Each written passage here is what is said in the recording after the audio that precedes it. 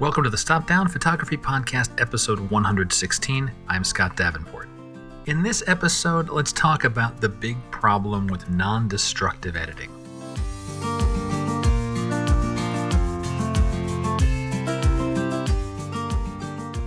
Hi, welcome. Thanks for joining. I'm glad to be back with you for another chat about photography, this passion we share. And in this episode, let's take one more step on our never-ending journey of photography.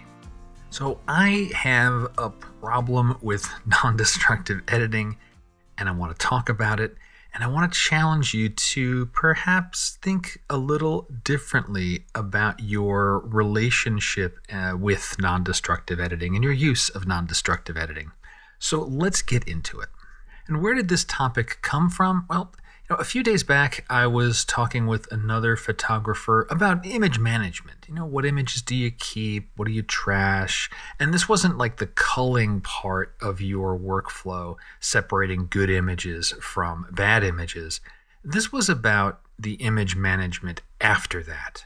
Depending on your workflow and the number of tools you use, you might have several intermediate photos before you get to your final finished piece, finished work. And that got me thinking about non-destructive editing, because we're all doing it, right? Just about every modern editor is a non-destructive editor. The original photo is not touched, and your editing instructions are played on top of that untouched original. It's been the professional standard for, 15 years, maybe 20? And it'll continue to be because it has several advantages. There's a reason that we use it. First and foremost, like I just said, you never alter the original image. Your source material remains pristine. This parallels the film world. Your film negative you kept protected, almost held sacred. And each print was the variation from the original. I think it was Ansel Adams. He said something to the effect the negative is a musical score and the print is the performance. It's in the digital world, the raw is the digital negative, and there's value keeping it protected and unsullied. So non-destructive editing is good in that way, and it's also reasonably space efficient. It's kinder to compute storage, right? Your image files aren't copied. You're not duplicating pixels. Instead, you give editing instructions that software replays against the raw.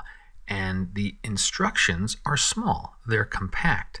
And the final result is just a representation on the screen until you make a print or you export the image to a self-contained portable file like a JPEG or a TIFF. Another big thing that's touted for non-destructive editing is re-editability. Photographers, we talk about this a lot. You can go back, you can tweak settings, adjust things, and it's helpful to revisit a photo after a cooling off period, see it with fresher eyes, and make revisions. Or you can go back to the beginning and do a complete redo of an image because your editing tools have gotten better or your editing skills have gotten better.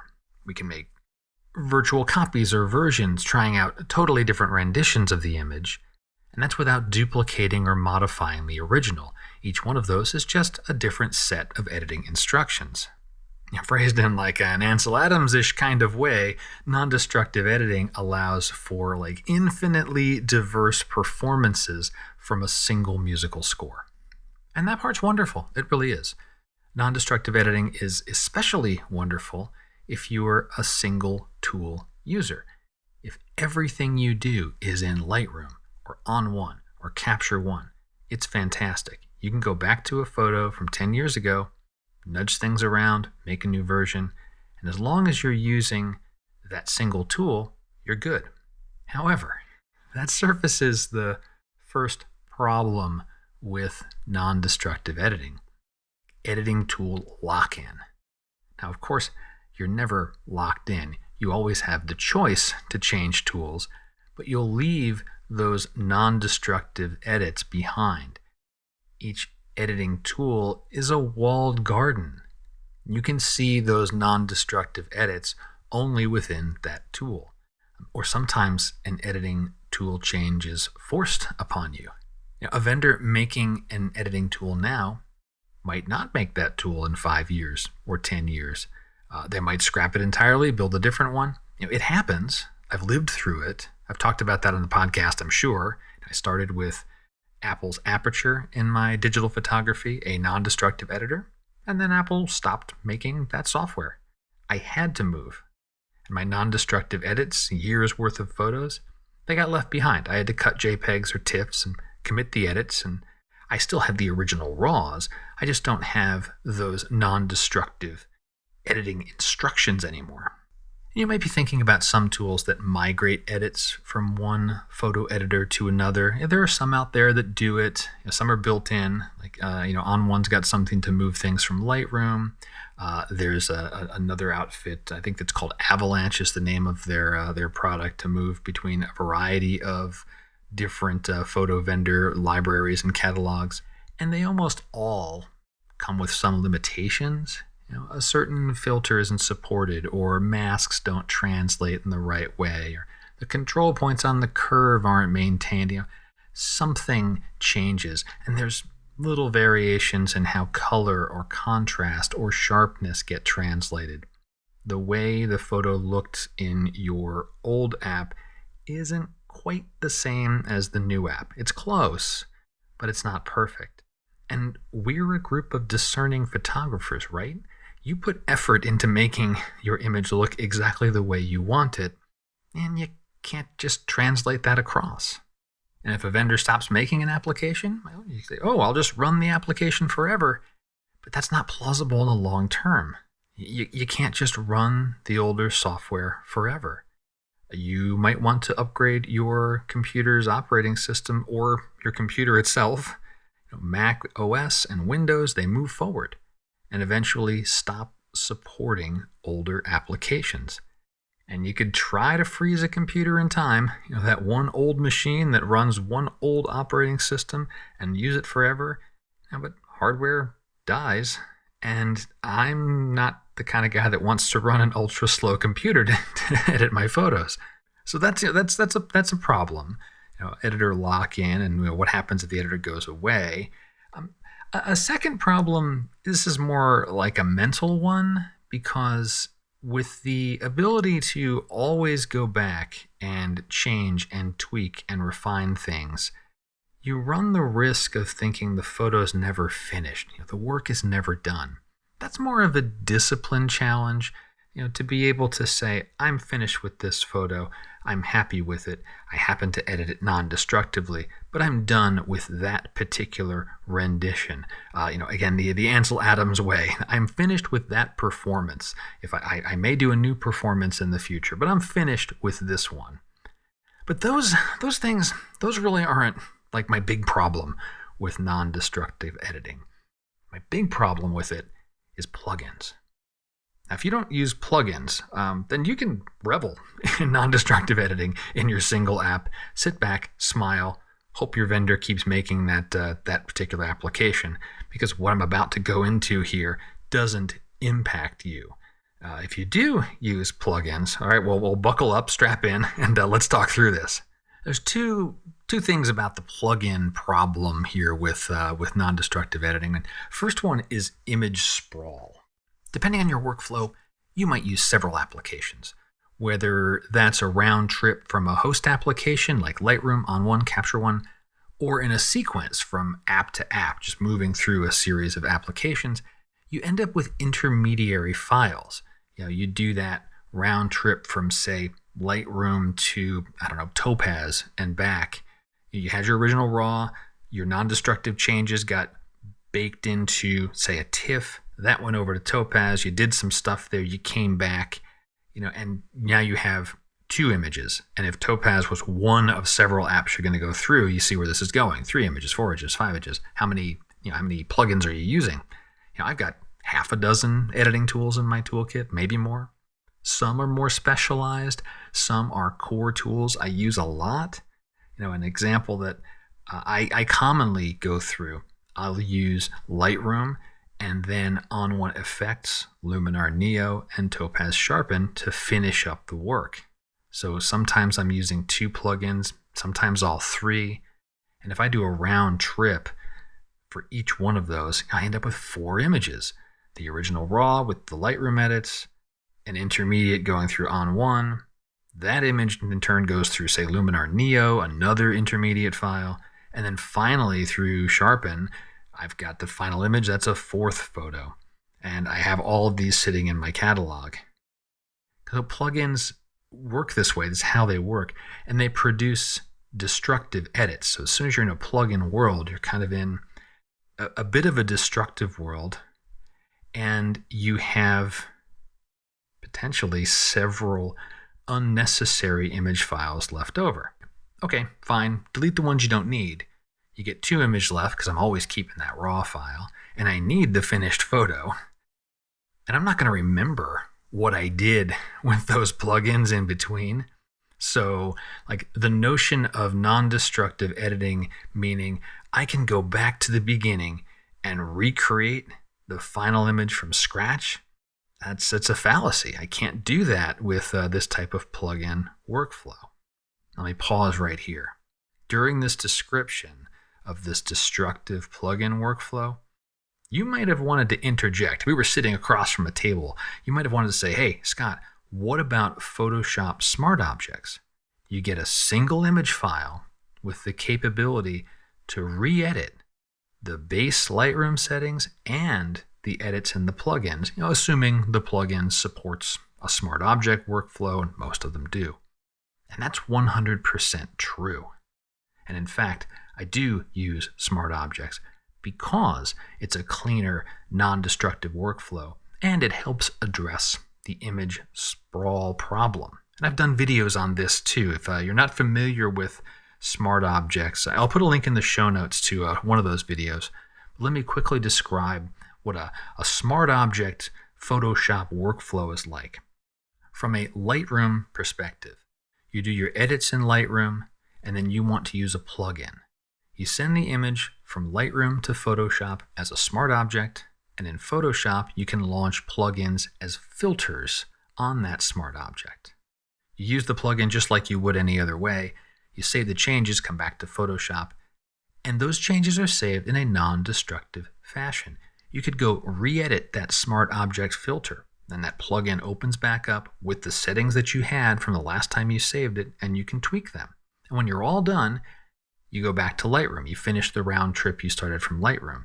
You have the original raw with some non-destructive edits in your catalog, and next to it, you have a TIFF or a PSD that's a Smart Object from a Photoshop point of view that has those non-destructive plug-in edits that you could see and work with if you open it in Photoshop. And you've got those same 2 files, right? You don't have the cleanup to do after a round trip. I still have 2 files left in the catalog, so image sprawl isn't too bad. So great, okay, Smart Objects, that's the answer, right? Problem solved? Well, if you're an Adobe user, it's an option, it's a good option. I use it because I'm an Adobe user, and Smart Objects have advantages, but that's not the end of the story. Why? What's the problem? Time. Plugins come and go. Do you use the same plugins you did 2 years ago? Maybe. What about 3 years ago? Or 5 years ago? Our workflows always change, and because the tools change, the technology improves, our photography matures. Some plugins we used to rely on go away. We don't need them anymore. Some just cease to exist. There was a time I had Photomatics in my arsenal of tools. Do you remember Noise Ninja? Perfect Effects 4? Maybe something a little more recent? Luminar 3. These are all plugins that they don't exist in their in a current modern format anymore. And when you stop using a plugin, do you keep it installed on your computer? When you upgrade to a new computer, do those unused plugins move over? Your photo catalog certainly does. What about those plugins you used 2, 3, 5, 10 years ago to make some of those Smart Object non-destructive edits? And if you do move them over, will they still run? Like I said earlier, operating systems move forward. They'll leave old applications in the dust. So you go back to crack open one of those smart objects inside of Photoshop that used an old plugin. You can't re-edit that photo if the plugin app isn't there, or the plugin won't run because it's too old. That non-destructive image file is no longer editable. It's baked. It's done. It's as good as a destructive edit at that point. And that's the big problem. Truly non-destructive editing, I think it's a fallacy. Even with a single app, the notion of being able to go back to your original and recreate the end result, from the top down, we're relying on photo editing vendors to maintain capability, keep the software up to date, and there just is no guarantee with that. Apple stopped making Aperture, and that was a good, solid app. Skylum, they burned a lot of photographers moving from Luminar 3 to Luminar 4. The non-destructive edits didn't carry forward. Now, I don't expect Adobe or ON1 or Capture One or the major vendors today to break things suddenly, but who knows? So where does that leave us with non-destructive edits? Is it pointless? No, of course not. It has value, like I said at the beginning of this episode. But that value is bounded. And here's my challenge to you. Think about the last time you went to an older photo in your library and re-edited it. You changed adjustments. I don't mean making a virtual copy or a version and starting over or tweaking that version. I mean those original settings when you first edited the photo.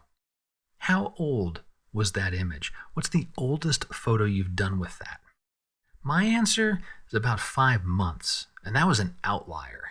More often, it's 2 to 3 weeks. And I think that's a really comfortable place to be. I can work on an image, take a step back from it, let it sit, usually for a few weeks, and then revisit it with fresh eyes, make adjustments, finish the work. Non-destructive editing is absolutely wonderful for that. It's also wonderful for experiments and variations, virtual copies or versions. They're fantastic. I don't have to copy large files around. I don't duplicate things, eating up compute storage. I just have a new set of editing instructions that play against the raw. So I'll continue to edit non-destructively for those reasons. And it's a fallacy that I'm going to open a photo I edited years ago with plugins I used years ago, have already forgotten how to use those plugins, and make minute adjustments to an image or recreate the work from original sources if for some reason I lost the edits. It's just not going to happen. Revisiting old work, I'm making a new virtual copy, a new version, and doing a fresh take on a past image. So that's my big problem with non-destructive editing. I love it in the short term, and after that, I may as well just be doing a fresh edit from square one.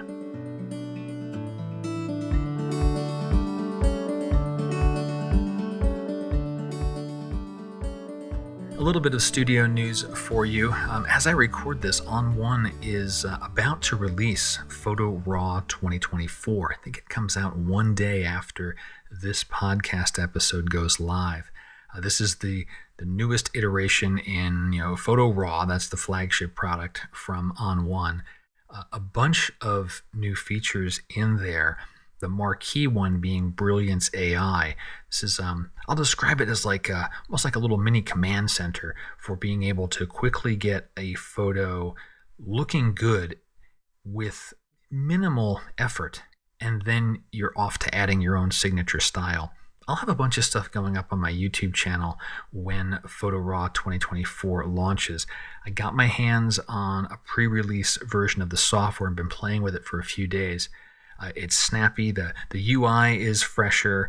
There's some other interesting features in there as well. I like that the search has been overhauled. And there's an interesting thing called AI Style Advisor, I think it's its name, where it will suggest particular styles, like your editing effects, based on what it sees in your image. What kind of image is it? What things are in it? Is it mountains? Is it people? Is it cars? And give you a 10 or 12 suggestions on here's what we think would be good for your photo. So be on the lookout for that. If you haven't upgraded or are thinking about adding it to your toolkit, when you do, use the offer code SDP20, like Stop Down Podcast or Scott Davenport Photography, SDP20, and it'll save you 20%. It'll give me a little bit of support too, so I can do some more tutorials on that. And I've also gotten a bunch of questions about the Photo Raw book that I have produced mostly with each iteration of the software. And will I be doing a rendition or a revision of Photo Raw Essentials for the 2024 edition? The answer is yes, although I don't have an estimated time for releasing that update. It usually takes me a couple of months to put it together. And in this case, because there's some significant changes in how ON1's approaching things with Brilliance AI, search being overhauled, those types of things. It might take me a little bit longer to do the full layout and rewrite certain sections of the book. But if you're on the lookout for that, know it is coming. And when I have a more tangible update, I'll certainly be doing it here on the podcast as well through my other channels and websites. And with that, I will leave you to think about your relationship with non-destructive editing. And I'm curious what your thoughts are. Feel free to share those through the comments on this podcast. You can go to scottdavenportphoto.com/podcast and be able to see this episode, drop comments on it, use the contact form on my website. Let me know what you think. I'm curious to hear other perspectives on this as well. Well, I'm off to Oregon for the next couple of weeks to host some workshops there. Very much looking forward to being out in the field with my fellow photographers. So if you do send in a question or a comment and it takes me a day or two to reply, well, now you know why. I'm out in the field with a bunch of folks having fun with our cameras. And if a future photo workshop is something you're interested in, please go check out my workshops page. I have the 2024 schedule posted, 3 workshops for next year, Bryce Canyon National Park, Big Sur, and then toward the end of 2024, Antarctica. So lots of good stuff on the 2024 calendar for workshops. Do check them out. If you have a photo friend that would be interested in those, please suggest those to them. And I'm going to go finish packing and get on a plane to Oregon. I hope you enjoyed the episode. And as always, thank you for listening. Thank you for your support. And until next time, my name's Scott Davenport. Have fun.